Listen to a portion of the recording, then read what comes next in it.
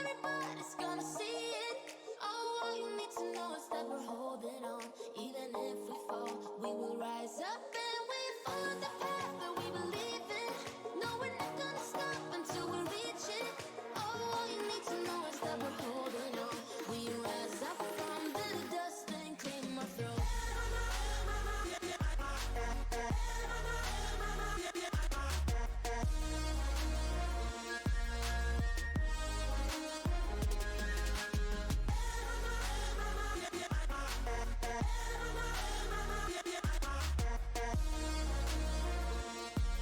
We rise up from the dust and claim our throne. We all have our reasons why we are on this track. Oh, we all have our burdens, yeah, but we just keep on fighting and we never look back. Here we go, go, go, let us heal and grow. You won't be alone, we're unstoppable. Don't be afraid to show what we're going for. This is what we know. Here we come back to life, still breathing, standing up, everybody's gonna see it.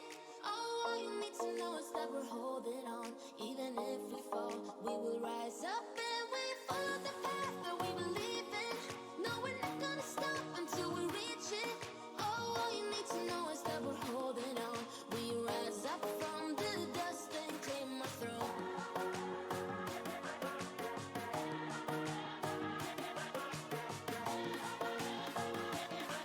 We rise up from the dust and claim our throne.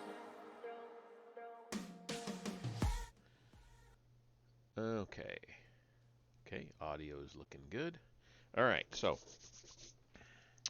after a week off for the 4th, um, we'll get back to Plato the Republic, and we're only on book 2, so we've got a long way to go actually, because there are 10. Um, so we can jump right on into it here.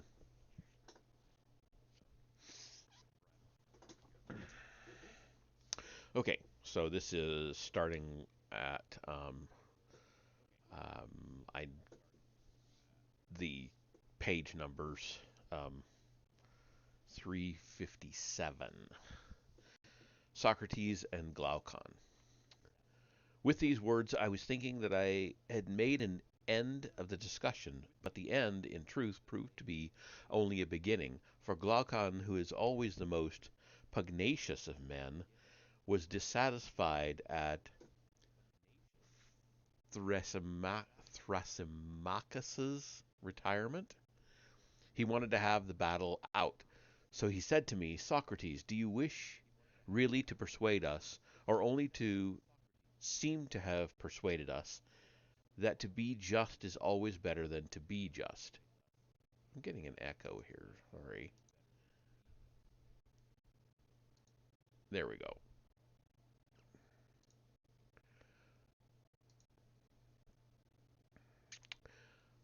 I should wish really to persuade you, I replied, if I could.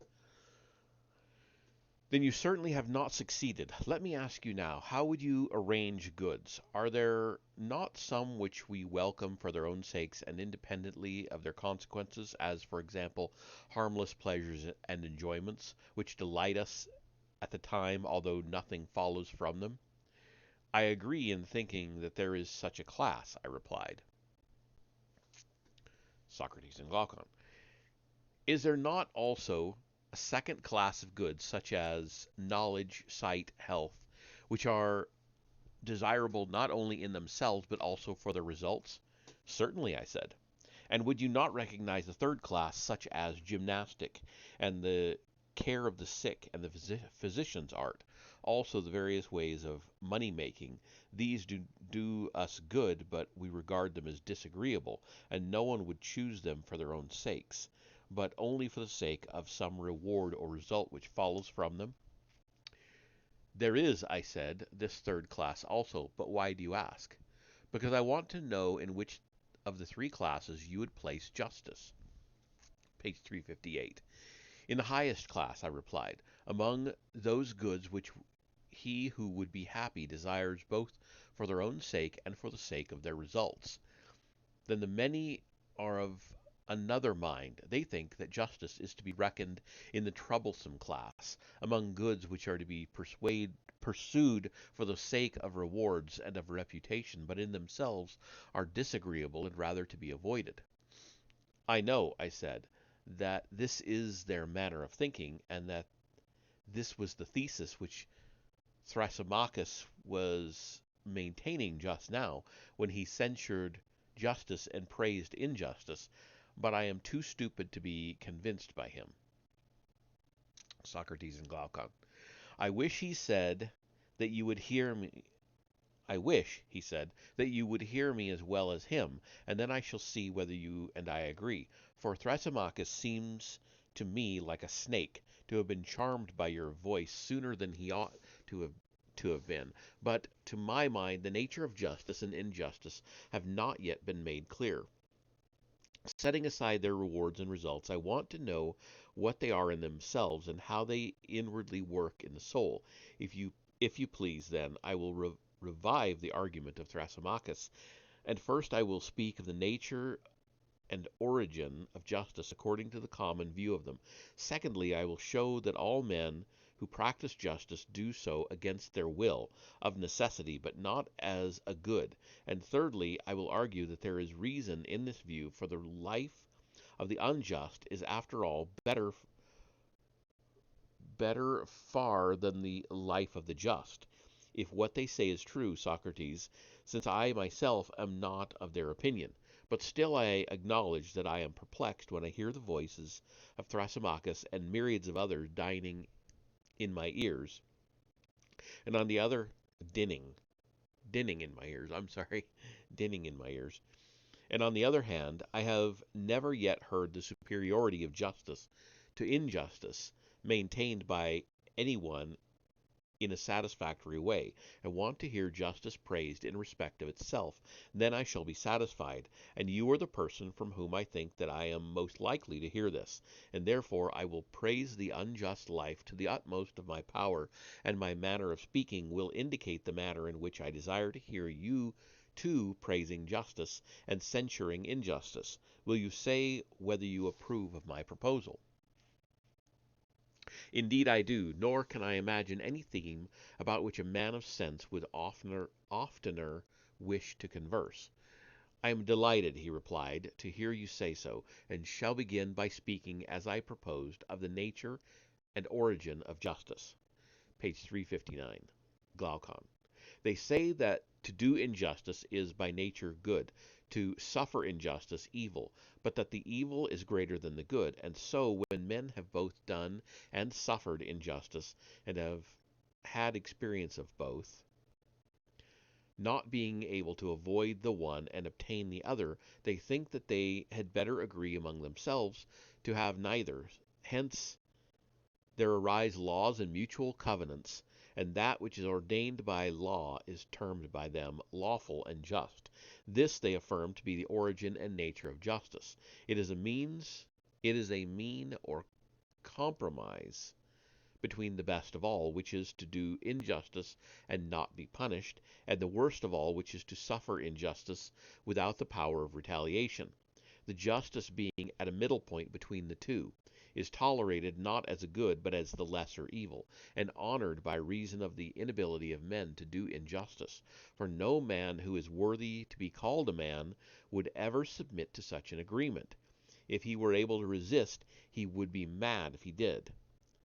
Such is the received account, Socrates, of the nature and origin of justice. Page 360. Glaucon. Now that those who practice justice do so involuntarily, and because they have not the power to be unjust, will best appear if we imagine something of this kind. Having given both to the just and the unjust power to do what they will, let us watch and see whither desire will lead them. Then we shall discover in the very act the just and unjust man to be proceeding along the same road, following their interest, which all natures deem to be their good, and are only diverted into the path of justice by the force of law. The liberty which we are supposing may be most completely given to them in the form of such a power as is said to have been possessed by uh, Gyges. I'm not sure how to pronounce that. Gyges, the ancestor of Croesus the Lydian. According to the tradition, Gyges was a shepherd in the service of the king of Lydia. There was a great storm, and an earthquake made an opening in the earth at the place where he was feeding his flock. Amazed at the sight, he descended into the opening, where among other marvels he beheld a hollow brazen horse, having doors, at which he stooping and looking in saw a dead body of stature, as appeared to him more than human, and having nothing on but a gold ring. This he took from the finger of the dead, and reascended. Now the shepherds met together according to custom, that they might send their monthly report about the flocks to the king.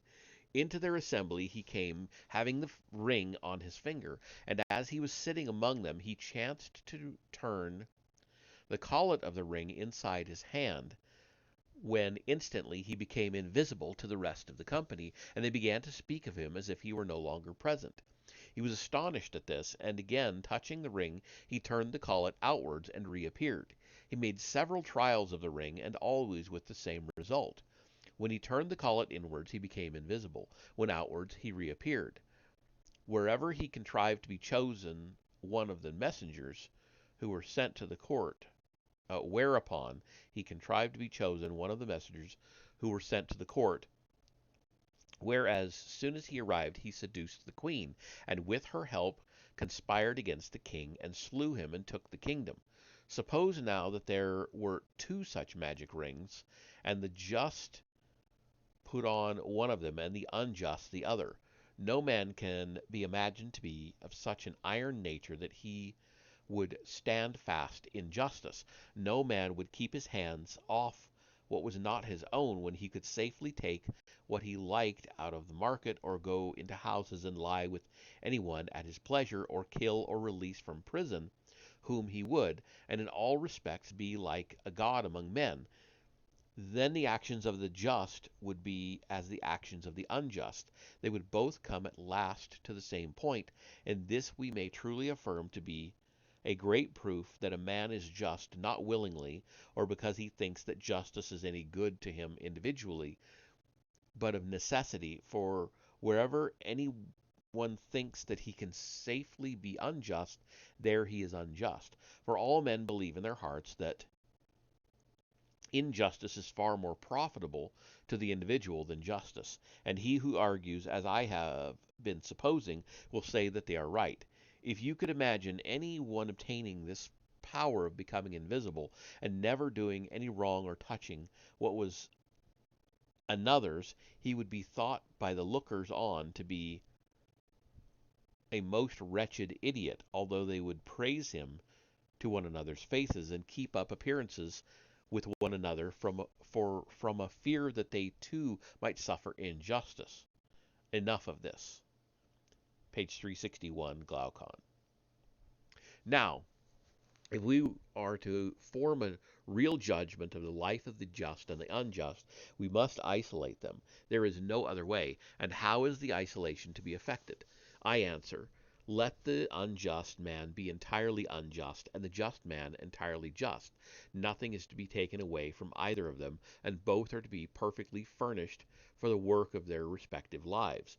First, let the unjust be like other distinguished masters of craft, like the skillful pilot or physician, who knows intuitively his own powers and keeps within their limits, and who, if he fails at any point, is able to recover himself.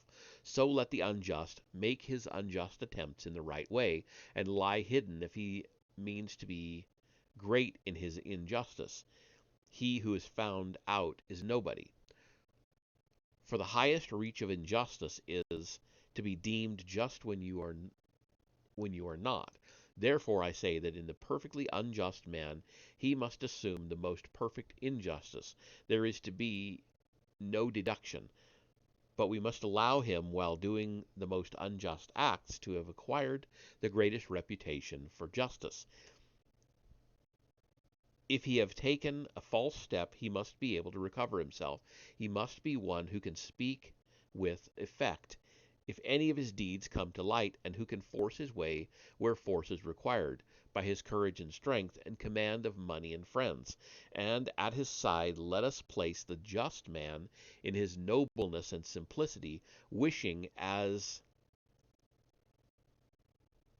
Aeschylus says, to be and not to seem good. There must be no seeming, for if he seem to be just, he will be honored and rewarded, and then we shall not know whether he is just for the sake of justice, or for the sake of honors and rewards. Therefore let him be clothed in justice only, and have no other covering, and he must be imagined in a state of life the opposite of the former. Let him be the best of men, and let him be thought the worst. Then he will have been put to the proof, and we shall see whether he will be affected by the fear of infamy and its consequences. And let him continue this to the hour of death, being just and seeming to be unjust. When both have reached the utmost extreme, the one of justice and the other of injustice, let judgment be given which of them is the happier of the two. Heavens, my dear Glaucon, I said, how energetically you polish them up for the decision, first one and then the other, as if they were two statues. Page 362, Socrates and Glaucon. I do my best, he said, and now that we know what they are like, there is no difficulty in tracing out the sort of life which awaits each of them, either of them. This I will proceed to describe, but as you may think the description a little too coarse, I ask you to suppose, Socrates, that the words which follow are not mine. Let me put them into the mouths of the eulogists of injustice. They will tell you that the just man who is thought unjust will be scourged, racked, bound, will have his eyes burned out, and at last, after suffering every kind of evil, he will be impaled. Then he will understand that he ought to seem only and not to be just. The words of Aeschylus may be more truly spoken of the unjust man, the unjust than of the just. For the unjust is pursuing a reality. He does not live with a view to appearances. He wants to be really unjust and not to seem only. And then there's a little bit of a quote. His mind has a soil deep and fertile, out of which spring his prudent counsels. End quote. Glaucon, Adiamantus, and Socrates. In the first place, he is thought just and therefore bears rule in the city. He can marry whom he will and give in marriage to whom he will. Also, he can trade and deal where he likes, and always to his own advantage, because he has no misgivings about injustice. And at every contest, whether in public or private, he gets the better of his antagonists and gains at their expense, and is rich, and out of his gains he can benefit his friends and harm his enemies. Moreover, he can offer sacrifices and dedicate gifts to the gods abundantly and magnificently, and can honor the gods or any man whom he wants to honor in a far better style than the just, and therefore he is likely to be dearer than they are to the gods. And thus, Socrates, gods and men are said to unite in making the life of the unjust better than the life of the just. I was going to say something in answer to Glaucon when Adiamantus, his brother, interposed. Socrates, he said, you do not suppose that there is something more to be urged? Why, what else is there? I answered. The strongest point of all has not been even mentioned, he replied. Well then, according to the proverb, let brother help brother. If he fails in any part, do not assist him, although if he fails in any part, do you assist him, although I must confess that Glaucon has already said quite enough to lay me in the dust and take from me the power of helping justice. Page 363, Socrates and Adiamantus. Nonsense, he replied, but let me add something more. There is another side to Glaucon's argument about the praise and censure of justice and injustice, which is equally required in order to bring out what I believe to be his meaning. Parents and tutors are always telling their sons and their wards that they are to be just. But why? Not for the sake of justice, but for the sake of character and reputation, in the hope of obtaining for him who is reputed just some of those offices, marriages, and the like which Glaucon has enumerated among the advantages accruing to the unjust from the reputation of justice. More, however, is made of appearances by this class of persons than by the others, for they throw in the good opinion of the gods, and will tell you of a shower of benefits which the heavens, as they say, rain upon the pious, and this accords with the testimony of the noble Hesiod and Homer, the first of whom says that the gods make the oaks of the just, quote, to bear acorns at their summit and bees in the middle, and the sheep are bowed down with the weight of their fleeces, end quote. Oh no, wait a minute. The quote continues, sorry. And many other blessings of a like kind are provided for them, and Homer has a very similar strain, for he speaks of one whose fame is, quote, as the fame of some blameless king who, like a god, maintains justice, to whom the black earth brings forth wheat and barley, whose trees are bowed with fruit, and his sheep never fail to bear, and the sea gives him fish. End quote. Still grander are the gifts of heaven which Musaeus and his son vouchsafe to the just. They take them down into the world below, where they have the saints lying on couches at a feast, everlastingly drunk, crowned with garlands. Their idea seems to be that an, an immortality of drunkenness is the highest meed of virtue. Some extend their rewards yet further. The prosperity, as they say, of the faithful and just shall survive to the third and fourth generation. This is the style in which they praise justice. But about the wicked there is another strain. They bury them in a slough in Hades, and make them carry water in a sieve. Also, while they are yet living, they bring them to infamy, and inflict upon them the punishments which Glaucon described as the portion of the just who are reputed to be unjust. Nothing else doing Nothing else does their invention supply. Such is their manner of praising the one and censuring the other. Page 364, Adeimantus. Once more, Socrates, I will ask you to consider another way of speaking about justice and injustice, which is not confined to the poets, but is found in prose writers.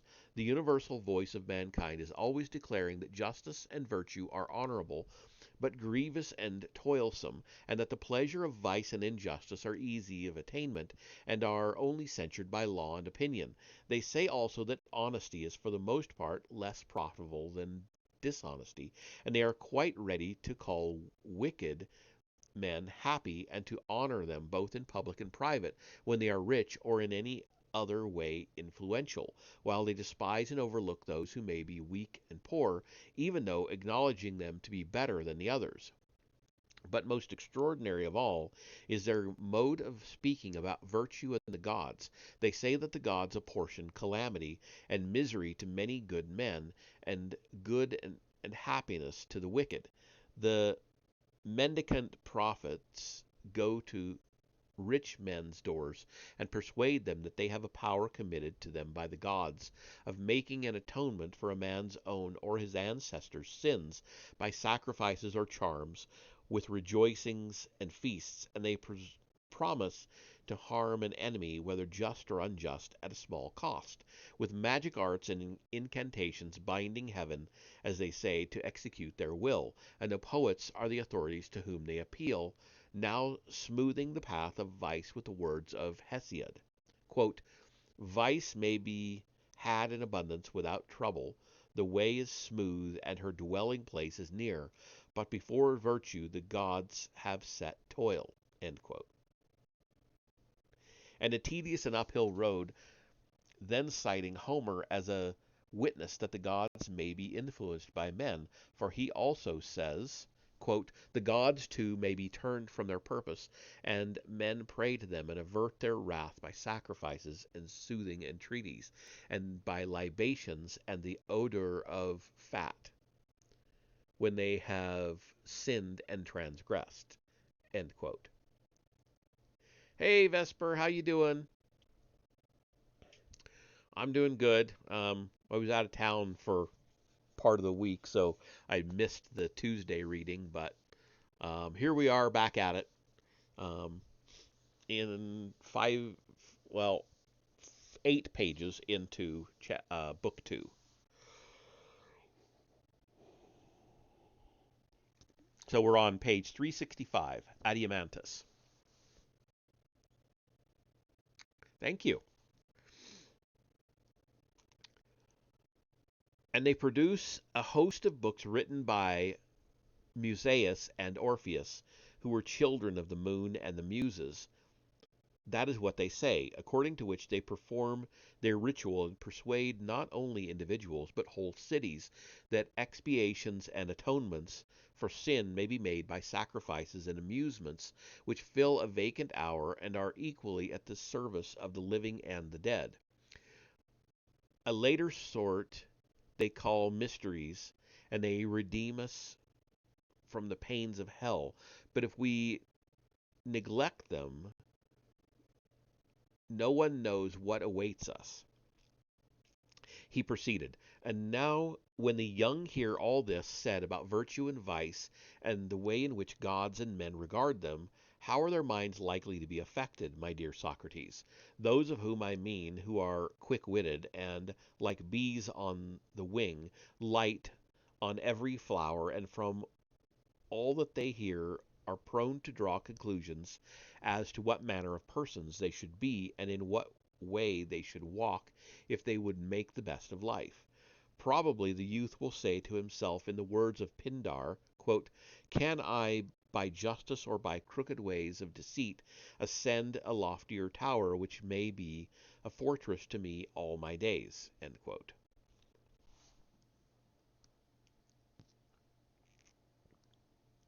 Adiamantus. For what men say is that if I am really just and am not also thought just, profit there is none, but the pain and loss on the other hand are unmistakable. But if, though unjust, I acquire the reputation of justice, a heavenly life is promised to me. Since then, as philosophers prove, appearance tyrannizes over truth, and is lord of happiness. To appearance I must devote myself.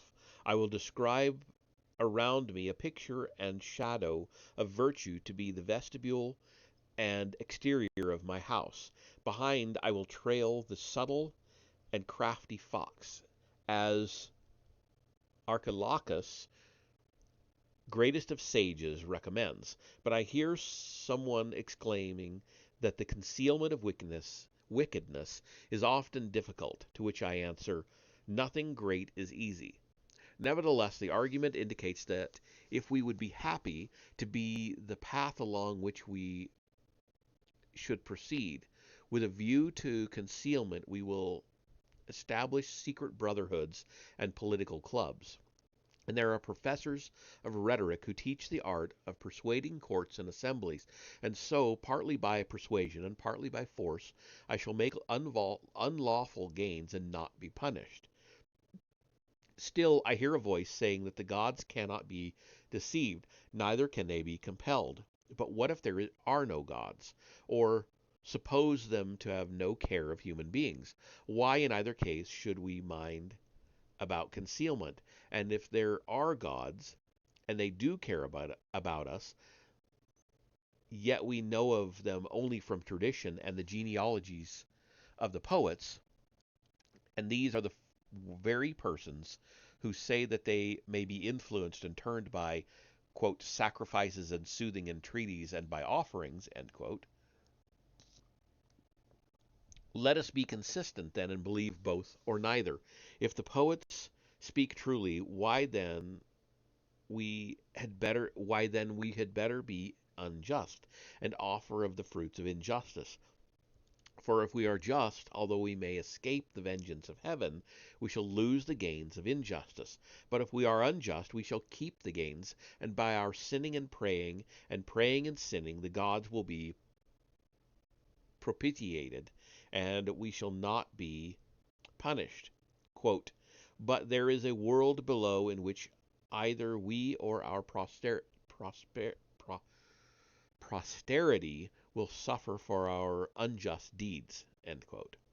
Yes, my friend, we will be the reflection, but there are mysteries and atoning deities, and though these have great power. That is what mighty cities declare, and the children of the gods, who were their poets and prophets, bear a like testimony. Page 366, Adeimantus. On what principle, then, shall we any longer choose justice rather than the worst injustice, when, if we only unite the latter with a deceitful regard to appearances, we shall fare to our mind both with gods and men in life and after death, as the most numerous and the highest authorities tell us. Knowing all this, Socrates, how can a man who has any superiority of mind or person or rank or wealth be willing to honor justice, or indeed to refrain from laughing when he hears justice praised? And even if there should be someone who is able to disprove the truth of my words, and who is satisfied that justice is best, still he is not angry with the unjust, but is very ready to forgive them, because he also knows that men are not just of their own free will, unless peradventure there be someone whom the divinity within him may have inspired with a hatred of injustice, or who has attained knowledge of the truth, but no other man. He only blames injustice who, owing to cowardice or age or some weakness, has not the power of being unjust. And this is proved to be the fact that when he obtains the power, he immediately becomes unjust as far as he can be. Page 367, Adeimantus. The cause of all this, Socrates, was indicated by us at the beginning of the argument, when my brother and I told you how astonished we were to find that of all the professing panegyrists of, I don't know that word, sorry, panegyrists of justice, beginning with the ancient heroes of whom any memorial has been preserved to us, and ending with the men of our own time, no one has ever blamed injustice or praised justice except with a view to the glories, honors, and benefits which flow from them. No one has ever adequately described, either in verse or prose, the true essential nature of either of them, abiding in the soul and invisible in any human or divine eye, or shown that of all the things of a man's soul which he has within him, justice is the greatest good, and injustice the greatest evil. Had this been the universal strain, had you sought to persuade us of this from our youth upwards, we should not have been on the watch to keep one another from doing wrong, but every one would have been his own watchman, because afraid, if he did wrong, of harboring in himself the greatest of evils. I dare say that Thrasymachus and others would seriously hold the language which I have been merely repeating, and words even stronger than these about justice and injustice, grossly, as I conceive, perverting their true nature. But I speak in this vehement manner, as I must frankly confess to you, because I want to hear from you the opposite side, and I would ask you to show not only the superiority which justice has over injustice, but what effect they have on the possessor of them, which makes the one to be a good and the other an evil to him. And please, as Glaucon requested of you, to exclude reputations, for unless you take away from each of them his true reputation and add on the false, we shall say that you do not praise justice, but the appearance of it. We shall think that you are only exhorting us to keep injustice dark, and that you really agree with Thrasymachus in thinking that justice is another's good and the interest of the stronger, and that injustice is a man's own profit and interest, though injurious to the weaker. Now, as you have admitted that justice is one of the highest class of goods, which are desired indeed for their results, but in a far greater degree for their own sakes, like sight or hearing or knowledge or health or any other real and natural and not merely conventional good. I would ask you in your praise of justice to regard one point only. I mean the essential good and evil which justice and injustice work in the possessors of them. Let others praise justice and censure injustice, magnifying the rewards and honors of the one and abusing the other. That is a manner of arguing which, coming from them, I am ready to tolerate, but from you, who have spent your whole life in the consideration of this question, unless I hear the contrary from your own lips, I expect something better.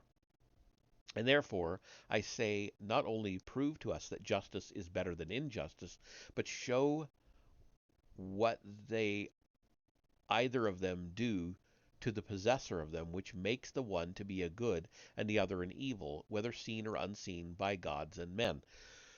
Whew. Okay, I saw that you typed something a while ago, but that was another long diatribe. Okay, look it up. It basically means a speech in praise of someone. Okay, thank you. I will definitely look it up. I just in uh, in context, I've never seen that word. I don't think. Um, Panegyric. Yeah, I will definitely look it up. Thank you. Okay, page 368. Socrates and Adeimantus. I had always admired this genius of Glaucon and Adeimantus, but on hearing these words I was quite delighted, and said, "Sons of an illustrious father, that was not a bad beginning of the elegiac verses which the admirer of Glaucon made in honor of you after you had distinguished yourselves at the battle of Megara. Quote, Sons of Ariston, he sang, divine offspring of an illustrious hero. End quote.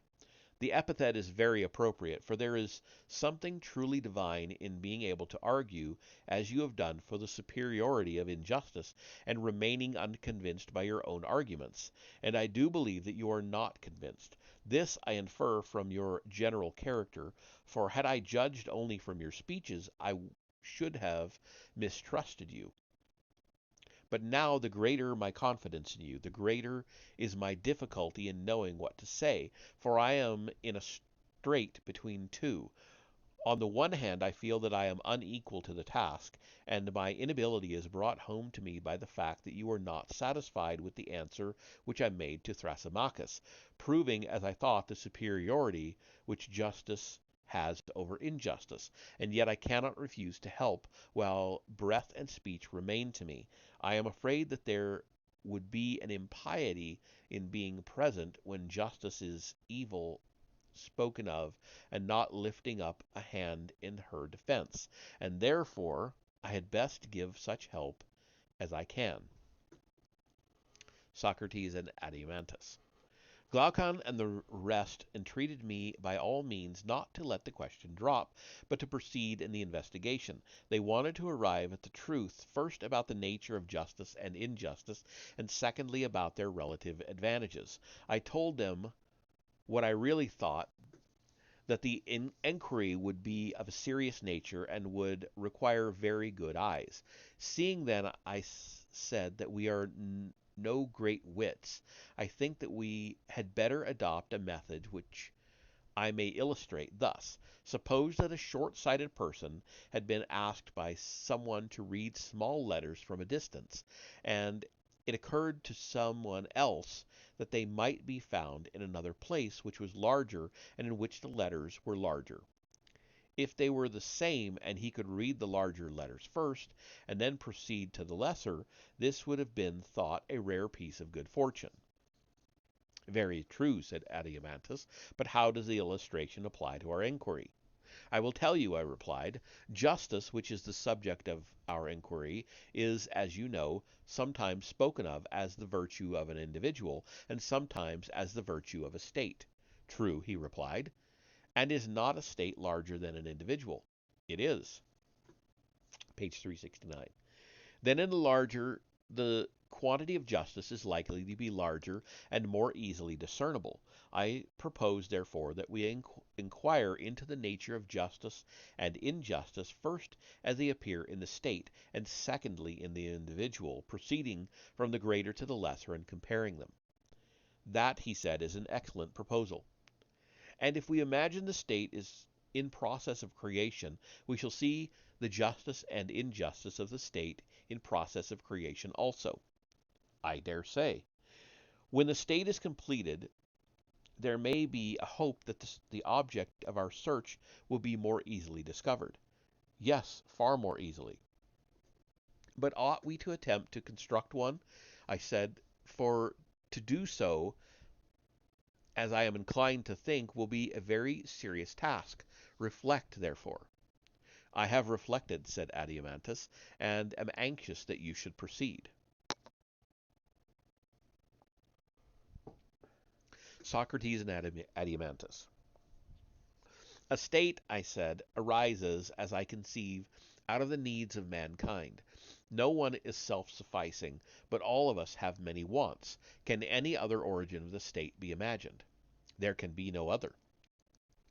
Then we have many wants, and many persons are needed to supply them.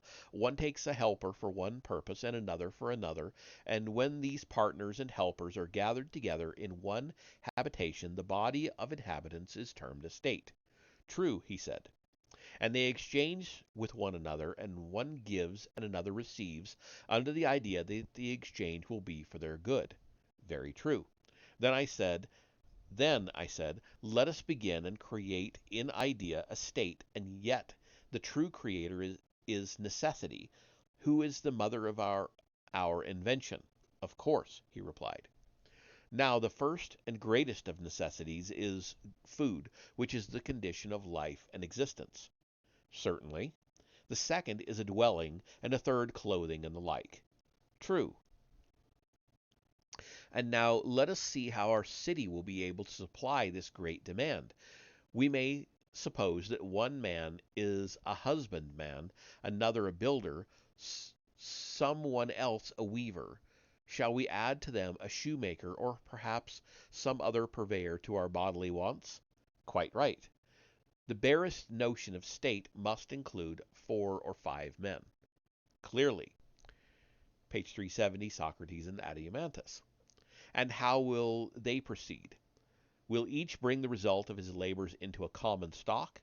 The individual husbandman, for example, producing for 4 and laboring 4 times as long as much as he need in the provision of food with which he supplies others as well as himself?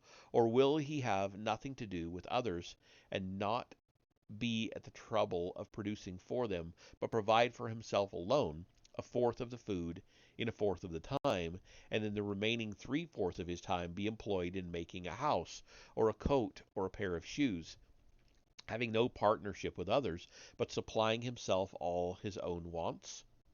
Adeimantus thought that he should aim at producing food only, and not at producing everything. Probably, I replied, that would be the better way, and when I hear you say this, I am myself reminded that we are not all alike. There are diversities of nature among us which are adapted to different occupations. Very true. And will you have a and will you have a work better done when the workman has many occupations, or when he has only one? When he has only one. Further, there can be no doubt that a work is spoilt when not done at the right time. No doubt. For business is not disposed to wait until the doer of the business is at leisure, but the doer must follow up what he is doing and make the business his first object. He must. And if so, we must infer that all things are produced more plentifully and easily and of a better quality when one man does one thing which is natural to him and does it at the right time and leaves other things. Undoubtedly. Socrates and Adeimantus. Then more than 4 citizens will be required, for the husbandman will not make his own plough or mattock or other implements of agriculture, if they are to be good for anything. Neither will the builder make his tools, and he too needs many, and in like manner the weaver and shoemaker. True. Then carpenters and smiths and many other artisans will be sharers in our little state, which is already beginning to grow. True. Yet even if we had uh, neat herds, shepherds, and other herdsmen, in order that our husbandmen may have oxen to plow with, and builders as well as husbandmen may have draft cattle, and curriers and weavers fleeces and hides, still our state will not be very large. That is true, yet neither will it be a very small state which contains all these. Then again, there is the situation of the city. To find a place where nothing need be imported is well nigh impossible. Impossible. Then there must be another class of citizens who will bring the required supply from another city. There must. Page 371. But if the trader goes empty-handed, having nothing which they require, who would supply his need? He will come back empty-handed. That is certain. And therefore, what they produce at home must be not only enough for themselves, but such both in quantity and quality as to accommodate those from whom their wants are supplied. Very true. Then more husbandmen and more artisans will be required? They will. Not to mention the importers and exporters, who are called merchants. Yes. Then we shall want merchants? We shall. Socrates and Adeimantus. And if merchandise is to be carried over the sea, skillful sailors will also be needed, and in considerable numbers. Yes, in considerable numbers. Then again, within the city, how will they exchange their productions? To secure such an exchange was, as you will remember, one of our principal objects when we reformed them into a society and constituted a state. Clearly, they will buy and sell. Then they will need a marketplace and a money token for purposes of exchange. Certainly. Suppose now that a husbandman or an artisan brings some production to market, and he comes at a time when there is no one to exchange with him. Is he to leave his calling and sit idle in the marketplace? Not at all. He will find people there who, seeing the want, undertake the office of salesman. In well-ordered states they are commonly those who are the weakest in bodily strength, and therefore of little use for any other purpose. Their duty is to be in the market, and to give money in exchange for goods to those who desire to sell, and to make money for those who desire to buy. This want, then, creates a class of retail traders in our state. Is not retailer the term which is applied to those who sit in the marketplace engaged in buying and selling, while those who wander from one city to another are called merchants? Yes, he said. And there is another class of servants who are intellectually hardly on the level of companionship. Still they have plenty of bodily strength for labor, which accordingly they sell, and are called, if I do not mistake, hirelings, hire being the name which is given to the price of their labor. Socrates, Adeimantus, and Glaucon. True. Then hirelings will help to make up our population? Yes. And now, Adeimantus, is our state matured and perfected? I think so. Where then is justice, and where is injustice, and in what part of the state did they spring up? page 372. Probably in the dealings of these citizens with one another, I cannot imagine that they are more likely to be found anywhere else. I dare say that that you are right in your suggestion. I said, we had better think the matter out and not shrink from the inquiry. Let us then consider, first of all, what will be their way of life, now that we have thus established them. Will they not produce corn and wine and clothes and shoes and build houses for themselves? And when they are housed, they will work, in summer commonly stripped and barefoot, but in winter substantially clothed and shod. They will feed on barley meal and flour of wheat, baking and kneading them, making noble cakes and loaves. These they will serve up on a mat of reeds or on clean leaves, themselves reclining, and while upon beds strewn with yew or myrtle. And they and their children will feast, drinking of the wine which they have made, wearing garlands on their heads, and hymning the praises of the gods, in happy converse with one another, and they will take care that their families do not exceed their means, having an eye to poverty or war. But, said Glaucon, interposing, you have not given them a relish to their meal. Socrates and Glaucon. True, I replied. I had forgotten. Of course, they must have a relish, salt and olives and cheese, and they will boil roots and herbs such as country people prepare. For a dessert we shall give them figs and peas and beans, and they will roast myrtle berries and acorns at the fire, drinking in moderation, and with such a diet they may be expected to live in peace and health to a good old age, and bequeath a similar life to their children after them.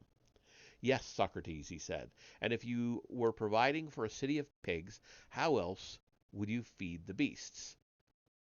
But what would you but what would you have, Glaucon? I replied. Why, he said, you should give them the ordinary conveniences of life.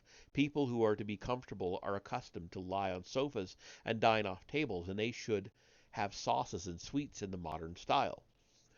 Yes, page 373. Yes, I said. Now I understand. The question which you would have me consider is not only how a state, but how a luxurious state is created, and possibly there is no harm in this, for in such a state we shall be more likely to see how justice and injustice originate. In my opinion, the true and healthy constitution of the state is the one which I have described, but if you wish also to see a state at fever heat, I have no objection, for I suspect that many will not be satisfied with the simpler way of life. They will be for adding sofas and tables and other furniture, also dainties and perfumes and incense and courtesans and cakes, all these not of one sort only, but in every variety. We must go beyond the necessities of which I was at first speaking, such as houses and clothes and shoes. The arts of the painter and the embroiderer will have to be set in motion, and gold and ivory and all sorts of materials must be procured. True, he said. Socrates and Glaucon. Then we must enlarge our borders, for the original healthy state is no longer sufficient. Now will the city have to fill and swell with a multitude of callings which are not required by any natural want, such as the whole tribe of hunters and actors, of whom one large class have to do with forms and colors, another will be the votaries of music, poets, and their attendant train of rhapsodists, players, dancers, contractors, also makers of diverse kinds of articles, including women's dresses, and we shall want more servants. Will not tutors be also in request, and nurses, wet and dry, tire women and barbers, as well as confectioners and cooks and swineherds too, were not needed and therefore had no place in the former edition of our state, but are needed now? They must not be forgotten, and there will be animals of many other kinds, if people eat them. Certainly. And living in this way, we shall have much greater need of physicians than before. much greater. And the country which was enough to support the original inhabitants will be too small now and not enough? Quite true. Then a slice of our neighbor's land will be wanted by us for pasture and tillage, and they will want a slice of ours, if, like ourselves, they exceed the limit of necessity and give themselves up to the unlimited accumulation of wealth. That, Socrates, will be inevitable. And so we shall go to war, Glaucon, shall we not? Most certainly, he replied. Then, without determining as yet whether war does good or harm, thus much we may affirm, that now we have discovered war to be derived from causes which are also the causes of almost all the evils in states, private as well as public. Undoubtedly. Page 374. Socrates and Glaucon. And our state must once more enlarge, and this time the enlargement will be nothing short of a whole army, which will have to go out and fight with the invaders for all that we have, as well as for the things and persons whom we were describing above. Why, he said, are they not capable of defending themselves? No, I said, not if we are right in the principle which was acknowledged by all of us when we were framing the state. The principle, as you will remember, was that one man cannot practice many arts with success. Very true, he said. But is not war an art? Certainly. And an art requiring as much attention as shoemaking? Quite true. And the shoemaker was not allowed by us to be a husbandman or a weaver or a builder, in order that we might have our shoes well made, but to him and to every other worker was assigned one work for which he was by nature fitted, and at that he was to continue working all his life long, and at no other. He was not to let opportunities slip, and then he would become a good workman. Now, nothing can be more important than that the work of a soldier should be well done. But is war and art so easily acquired that a man may be a warrior who is also a husbandman or a shoemaker or other artisan? Although no one in the world would be a good dice or draft player who merely took up the game as a recreation, and had not from his earliest years devoted himself to this and nothing else? No tools will make a man a skilled workman or master of defense, nor be of any use to him who has not learned how to handle them, and has never bestowed any attention upon them. How then will he who takes up a shield or other implement of war become a good fighter all in a day, whether with heavy armed or any other kind of troops? Socrates and Glaucon. Yes, he said, the tools which would teach men their own use would be beyond price. And the higher the duties of the guardian, I said, the more time and skill and art and application will be needed by him? No doubt, he replied. Will he not also require natural aptitude for his calling? Certainly. Then it will be our duty to select, if we can, natures which are fitted for the task of guarding the city. It will, and the selection will be no easy matter, I said, but we must be brave and do our best. We must. Page 375. Is not the noble youth very like a well-bred dog in respect of guarding and watching? What do you mean? I mean that both of them ought to be quick and to see and swift to overtake the enemy when they see him, and strong too. When they have caught him, they have to fight with him. All these qualities, he replied, will certainly be required by them. Well, and your guardian must be brave if he is to fight well. Certainly. And is he likely to be brave who has no spirit, whether horse or dog or any other animal? Have you ever observed how invincible and unconquerable is spirit, and how the presence of it makes the soul of any creature to be absolutely fearless and indomitable? I have. Then now we have a clear notion of the bodily qualities which are required in the guardian. True. Socrates and Glaucon. And also of the mental ones. His soul is to be full of spirit? Yes. But are not these spirited natures apt to be savage with one another and with everybody else? A difficulty by no means easy to overcome, he replied. Whereas I said that they ought to be dangerous to their enemies and gentle to their friends, if not, they will destroy themselves without waiting for their enemies to destroy them. True, he said. What is it to be done? What is to be done then? I said. How shall we find a gentle nature which is also a great spirit? For the one is the contradiction of the other. True. He will not be a good guardian who is wanting in either of these two qualities, and yet the combination of them appears to be impossible, and hence we must infer that to be a good guardian is impossible. I am afraid that what you say is true, he replied. Here, feeling perplexed, I began to think over what had preceded. My My friend, I said, no wonder that we are in a perplexity, for we have lost sight of the image which we had before us. What do you mean? He said. I mean to say that there do exist natures gifted with these opposite qualities. And where do you find them? Many animals, I replied, furnish of the examples of them. Our friend the dog is a very good one. You know that well-bred dogs are perfectly gentle to their familiars and acquaintances, and their reverse to strangers. Yes, I know. Socrates and Glaucon. Then there is nothing impossible or out of the order of nature in our finding a guardian who has a similar combination of qualities? Certainly not. Would not he who is fitted to be a guardian besides the spirited nature need to have the qualities of a philosopher? I do not apprehend your meaning. Page 376. The trait of which I am speaking, I replied, may be also seen in the dog, and is remarkable in the animal. What trait?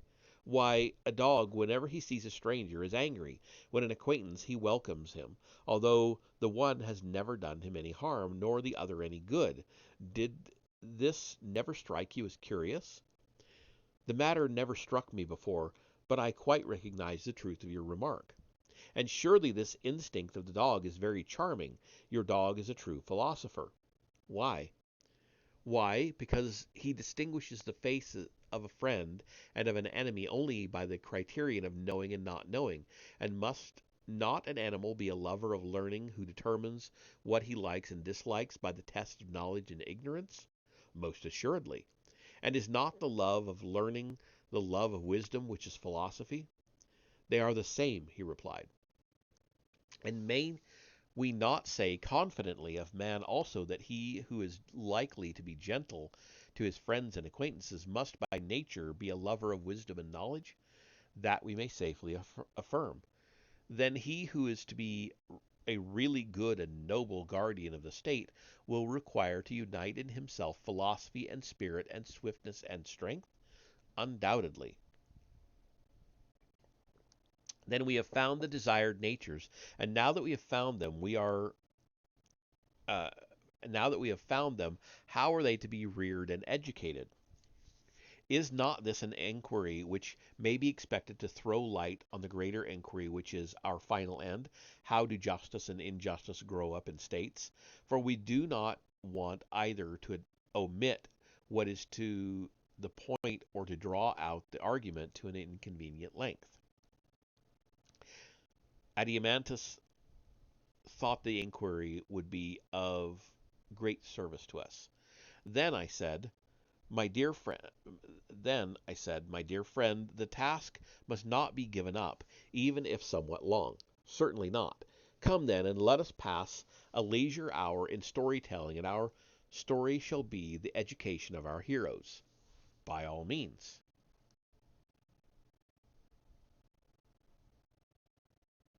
Okay. And what shall be their education? Can we find a better than the traditional sort? And this has two divisions, gymnastic for the body and music for the soul. True. Shall we begin education with music and go on to gymnastic afterwards? By all means. And when you speak of music, do you include literature or not? I do. And literature may be either true or false? Yes. Page 377. And the young should be trained in both kinds, and we begin with the false? I do not understand your meaning, he said. You know, I said, that we begin by telling children stories which, though not wholly destitute of truth, are in the main fictitious, and these stories are told them when they are not of an age to learn gymnastics. Socrates and Adeimantus. Very true. That was my meaning when I said that we must teach music before gymnastics. Quite right, he said. You know also that the beginning is the most important part of any work, especially in the case of a young and tender thing, for that is the time at which the character is being formed and the desired impression is more readily taken. Quite true. And shall we just carelessly allow children to hear any casual tales which may be devised by casual persons, and to receive into their minds ideas for the most part the very opposite of those which we should wish them to have when they are grown up? We cannot. Then the first thing will be to establish a censorship of the writers of fiction, and let the censors receive any tale of fiction which is good and reject the bad, and we will desire mothers and nurses to tell their children the authorized ones only. Let them fashion the mind with such tales, even more fondly than they mold the body with their hands, but most of those which are now in use must be discarded. Of what tales are you speaking? He said.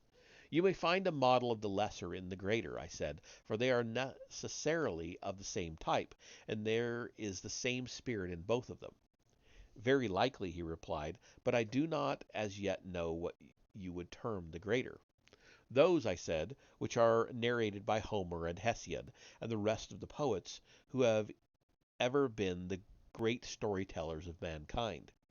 But which stories do you mean? He said, and what fault do you find with them? A fault which is most serious, I said, the fault of telling a lie, and what is more, a bad lie. What then is this fault committed? Socrates and Adeimantus. Whenever an erroneous representation is made of the nature of gods and heroes, as when a painter paints a portrait not having the shadow of a likeness to the original. Yes, he said, the sort of thing is certainly very blamable, but what are the stories which you mean?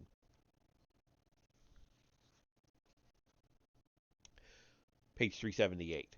First of all, I said, there was that greatest of all lies in high places which the poet told about Uranus, which was a bad lie, too.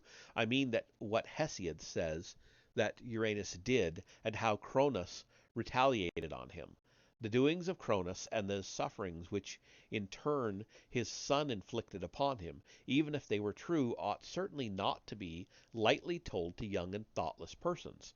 If possible, they had better be buried in silence. But if there is an absolute necessity for their mention, a chosen few might hear them in a mystery, and they should sacrifice not a common Eleusinian pig, but some huge and unprocurable victim. And when the number of the hearers will and sorry, and then the number of the hearers will be very few indeed. Why, yes, he said, those stories are extremely objectionable. Yes, Adeimantus, they are stories not to be repeated in our state. The young man should not be told that in committing the worst of crimes he is far from doing anything outrageous, and that even if he chastises his father when he does wrong, in whatever manner he will only be following the example of the first and greatest among the gods. I certainly agree with you, he said. In my opinion, those stories are quite unfit to be repeated. Socrates and Adeimantus. Neither, if we mean our future guardians to regard the habit of quarreling among themselves as of all things the basest, should only word should any word be said to them of the wars in heaven, and of the plots and fightings of the gods against one another, for they are not true. No, we shall never mention the battles of the giants, or let them be embroidered on garments, and we shall be silent about the innumerable other quarrels of gods and heroes and their friends and relatives.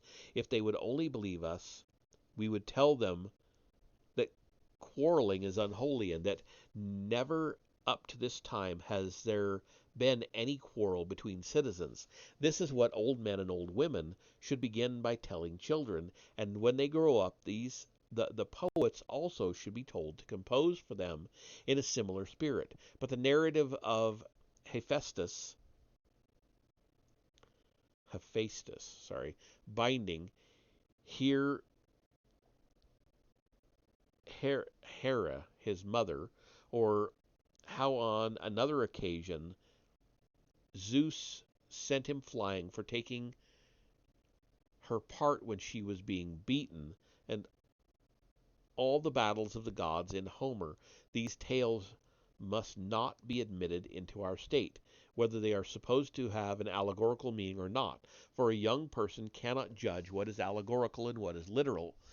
Anything that he receives into his mind is at that age is likely to become indelible and unalterable, and therefore it is most important that the tales which the young first hear should be models of virtuous thoughts.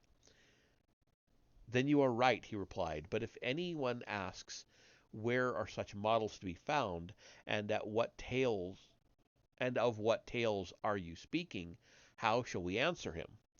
Page 379.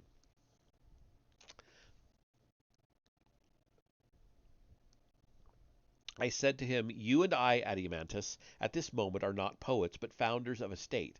Now, the founders of a state ought to know the general forms in which poets should cast their tales, and the limits which must be observed by them. But to make the tales is not their business. Very true, he said, but what are these forms of theology which you mean? Socrates and Adeimantus. Something of this kind, I replied. God is always to be Sorry. See, that is why these modern sissy children cartoons are evil. I would agree. Something of this kind, I replied. God is always to be represented as he truly is, whatever be the sort of poetry, epic, lyric, or tragic in which the representation is given. Right. And is he not truly good, and must he not be represented as such? Certainly. And no good thing is hurtful? No, indeed. And that which is not hurtful hurts not? Certainly not. And that which hurts does no evil? No. And can that which does no evil be a cause of evil? Impossible. And the good is advantageous? Yes. And therefore the cause of well-being? Yes. It follows, therefore, that the good is not the cause of all things, but the good only. Assuredly.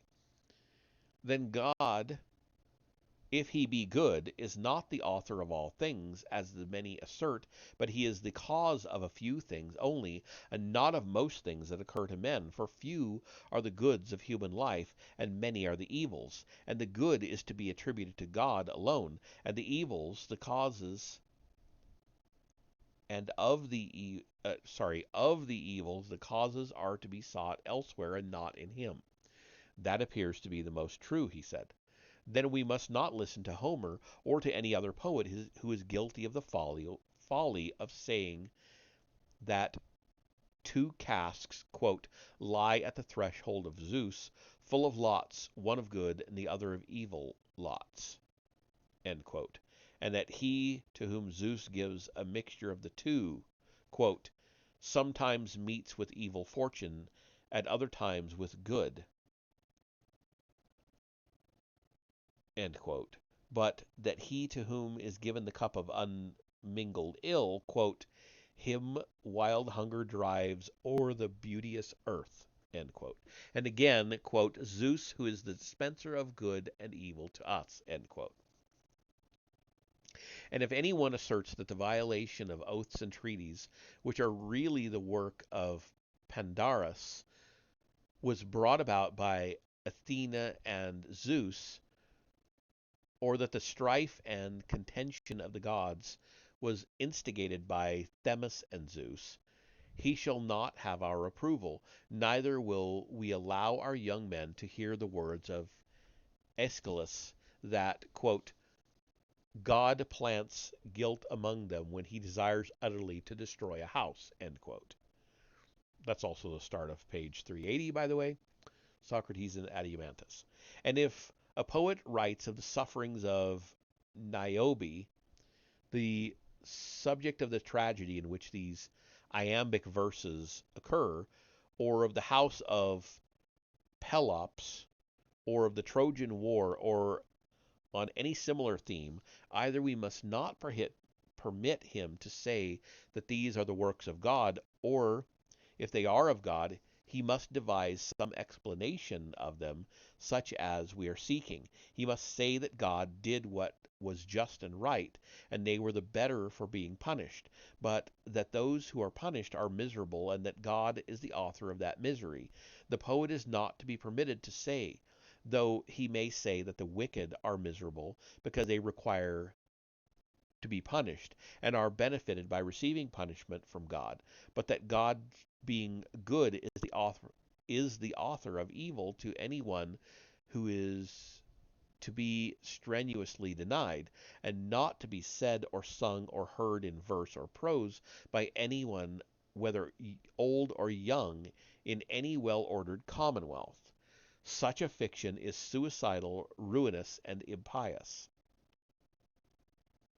I agree with you, he replied, and am ready to give my assent to the law. Let this then be one of our rules and principles concerning the gods to which our poets and reciters will be expected to conform, that God is not the author of all things, but of good only. That will do, he said.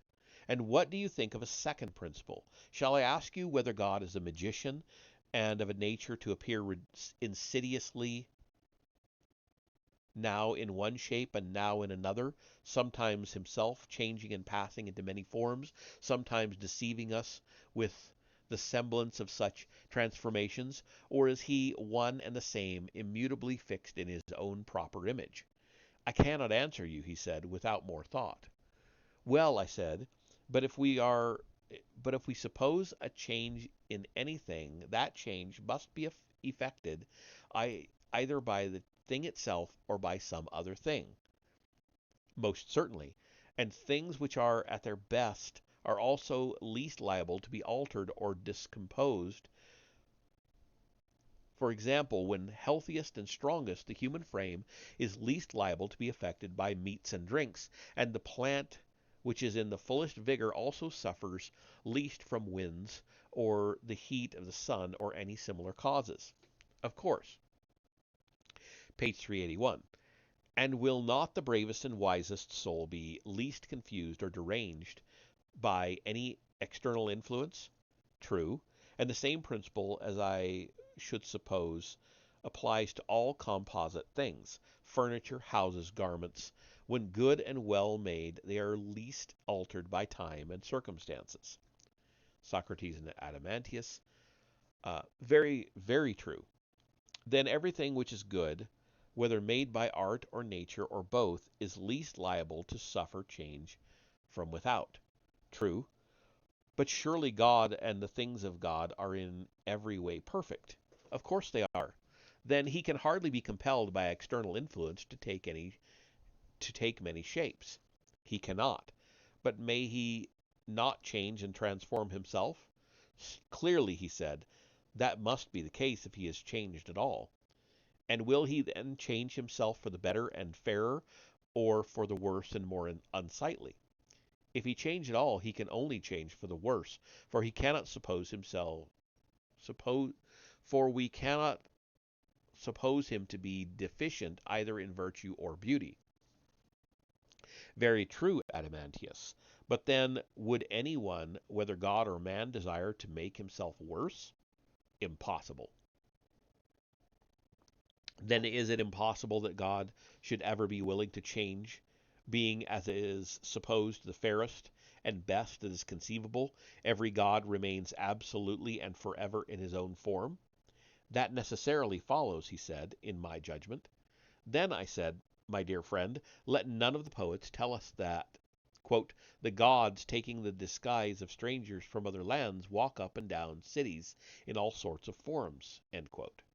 And let no one slander Proteus and Thetis, neither let anyone, either in tragedy or in any other kind of poetry, introduce Hera disguised in the likeness of a priestess asking an alms. Socrates and Adeimantus.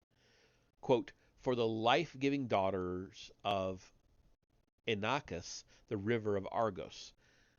End quote. Let us have no more lies of that sort.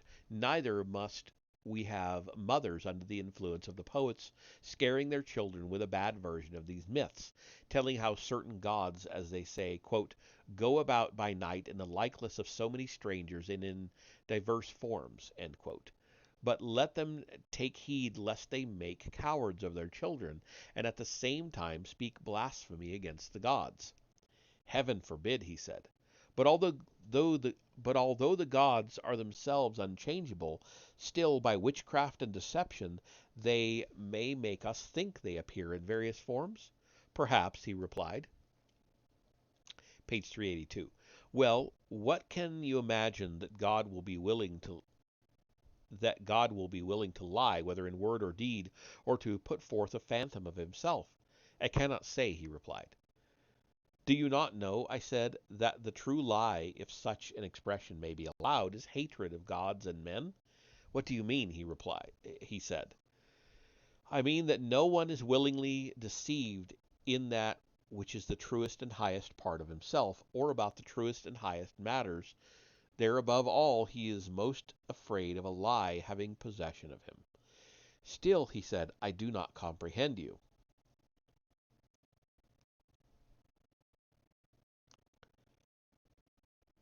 The reason is, I replied, that you attribute some profound meaning to my words, but I am only saying that deception, or being deceived, or uninformed about the highest realities in the highest part of themselves, which is the soul, and in that part of them to have and to hold the lie is what mankind least like. That I say is what they utterly detest. There is nothing more hateful to them. Socrates and Adeimantus. And as I was just now remarking, this ignorance in the soul of him who is deceived may be called the true lie, for the lie in words is only a kind of imitation and shadowy image of a previous affection of the soul, not pure unadulterated falsehood. Am I not right? Perfectly right. The true lie is hated not only by the gods, but also by men? Yes.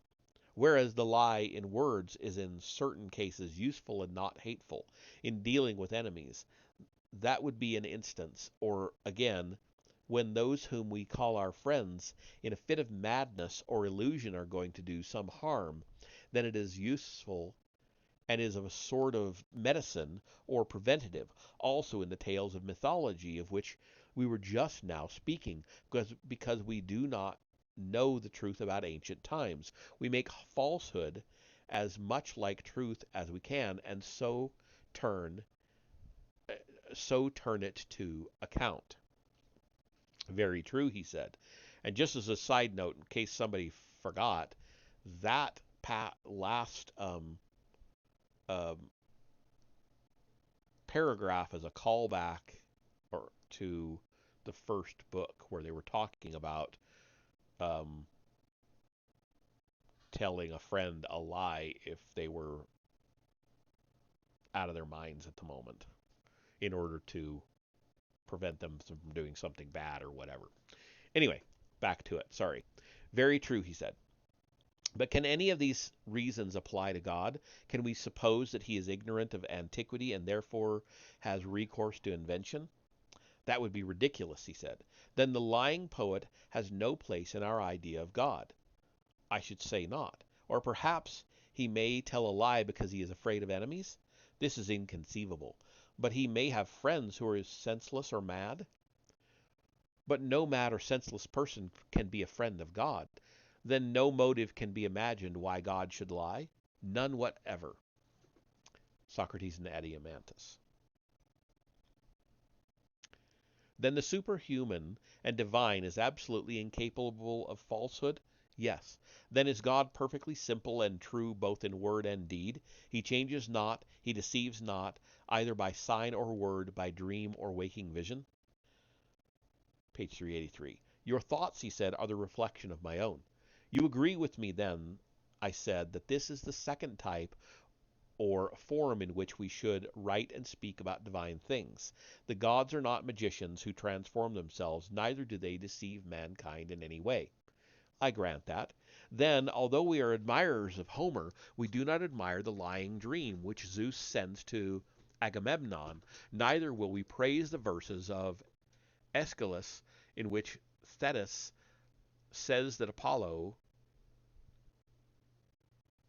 at her nuptials, quote, was celebrating in song her fair progeny whose days were to be long, and to know no sickness. And when he had spoken of my lot, as in all things blessed of heaven, he raised a note of triumph and cheered my soul. And I thought that the word of Phoebus, being divine and full of prophecy, would not fail. And now he himself who uttered the strain, he who was present at the banquet, and who said this, he it is who has slain my son. End quote. These are the kinds of sentiments about gods which will arouse our anger, and he who utters them shall be refused a chorus. Neither shall we allow teachers to make use of them in the instruction of the young, meaning as we do that our guardians, as far as men can be, should be true worshippers of the gods and like them. I entirely agree, he said, in these principles and promise to make them my laws. And that is actually the end of Book 2. Woohoo! So that leads us on to Book 3 for next time. It's a little longer than this one was. So I don't know how long we've been going. Let's see, hour and a half. So it's going to be close to 2 hours for the next reading. Children need to learn about good versus evil. Yes, they do. Absolutely. Okay, so thank you very much. It's Friday. Who shall we raid, if anyone? We've got Hot Dog Raw Dog on at the moment, and it says Angry Video Game Nerd 1 and 2 Deluxe. Okay. I have no idea what that is. Let's go see. Bear with me a minute. I'll take us on over there, and I will see you there. Otherwise, have a good night.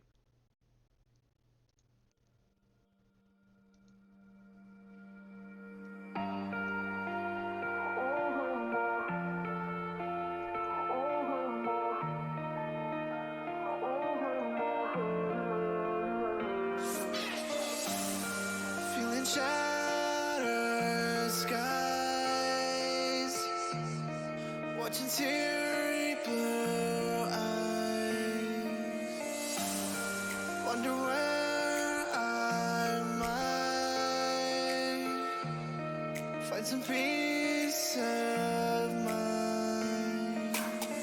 Not lights like I've had, but more sophisticated.